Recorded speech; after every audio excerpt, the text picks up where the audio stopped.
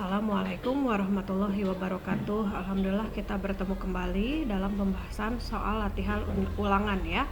Kali ini Ibu akan membahas soal ulangan untuk mata pelajaran IPAS Kurikulum Merdeka yang bab 1 dan bab 2.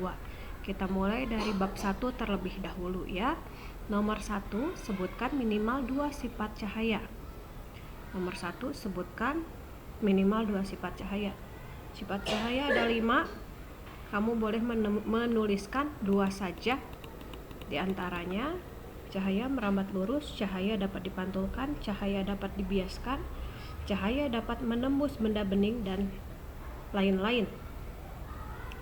Dapat diuraikan, dapat dipantulkan, dapat dibiaskan, merambat lurus, dan menembus benda bening.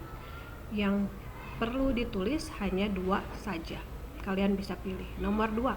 Apa yang dimaksud dengan cahaya merambat lurus? Apa yang dimaksud dengan cahaya merambat lurus? Cahaya merambat lurus maksudnya ketika masuk mengenai celah kecil atau padat, cahaya merambat lurus tidak berbelok serta tidak membutuhkan media untuk merambat. Itu artinya ya.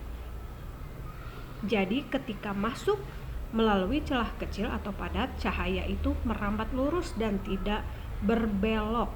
Begitu. Nomor 3, ketika bayangan yang terlihat lebih kecil dan jauh dibandingkan dengan bentuk aslinya disebut cermin apa?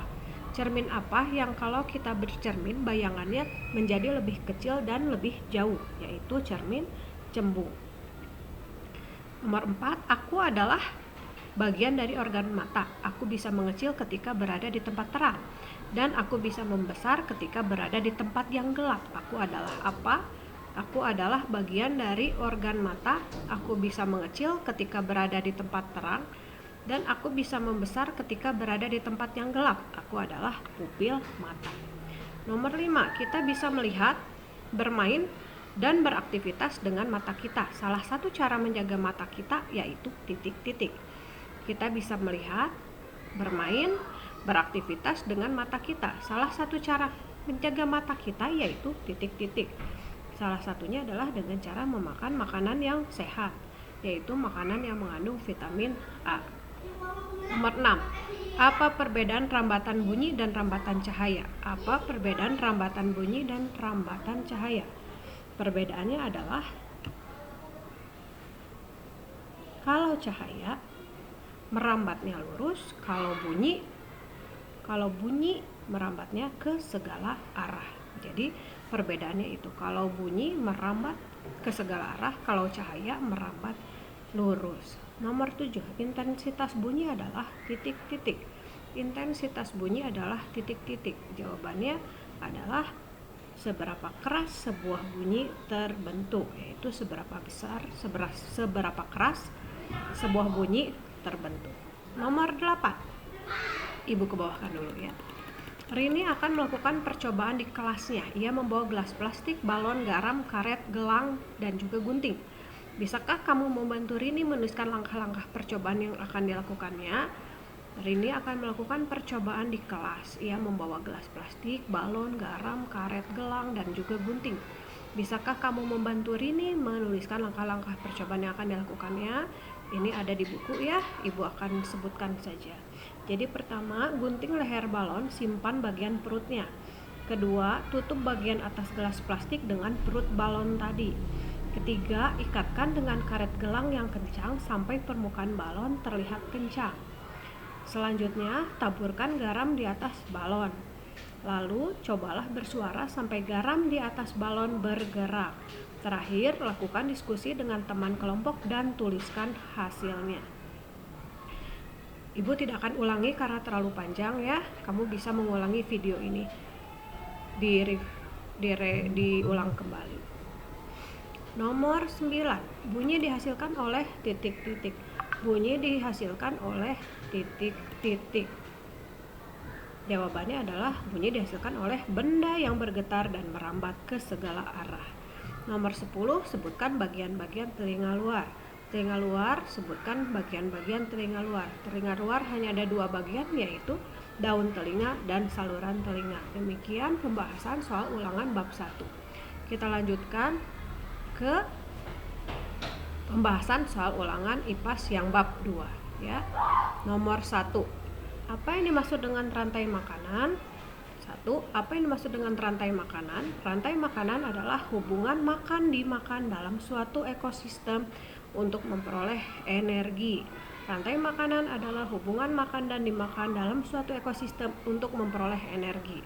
2. Makhluk hidup yang memperoleh energi dari cahaya matahari adalah titik-titik. Makhluk hidup yang memperoleh energi dari cahaya matahari adalah titik-titik. Jawabannya yaitu produsen atau tumbuhan ya. Nomor 3. Padi dimakan belalang, belalang dimakan katak, katak dimakan ular, ular dimakan elang. Padi dimakan belalang, belalang dimakan katak, katak dimakan ular, ular dimakan elang.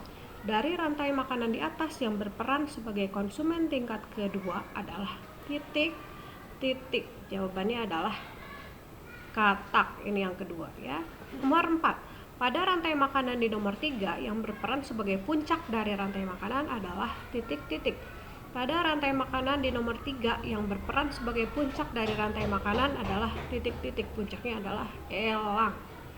5. Makhluk hidup mendapatkan energi dari makanan. Sebagian besar energi ini digunakan untuk titik-titik. Makhluk hidup mendapatkan energi dari makanan. Sebagian besar energi ini digunakan untuk titik-titik. Untuk apa? Untuk bergerak dan beraktivitas serta berkembang biak. Ibu ulangi, untuk bergerak, beraktivitas, dan berkembang biak. 6. Pada konsumen tingkat akhir biasanya diisi oleh hewan apa? Pada konsumen tingkat akhir biasanya diisi oleh hewan titik-titik. Biasanya diisi oleh hewan karnivora atau predator ya.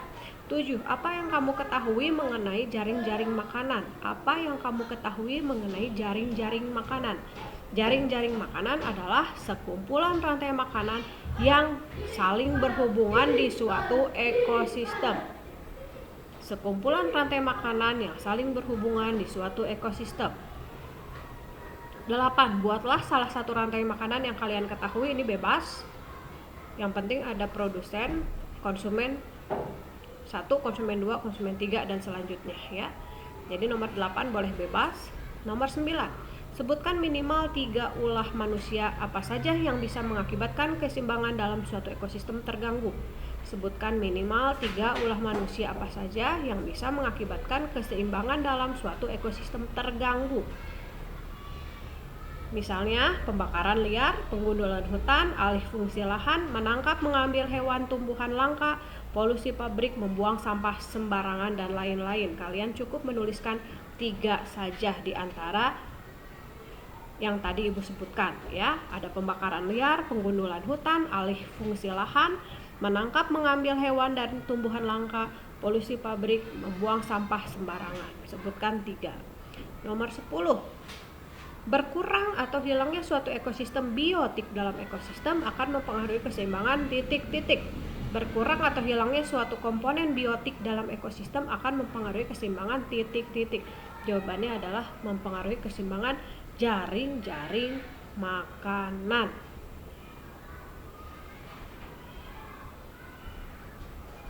Tapi bisa juga dia akan mempengaruhi keseimbangan ekosistem. Baik, demikian saja pembahasan soal ulangan atau soal penilaian kali ini dari Ibu untuk pelajaran IPAS bab 1 dan bab 2. Terima kasih sudah memperhatikan. Ibu akhiri. Wassalamualaikum warahmatullahi wabarakatuh.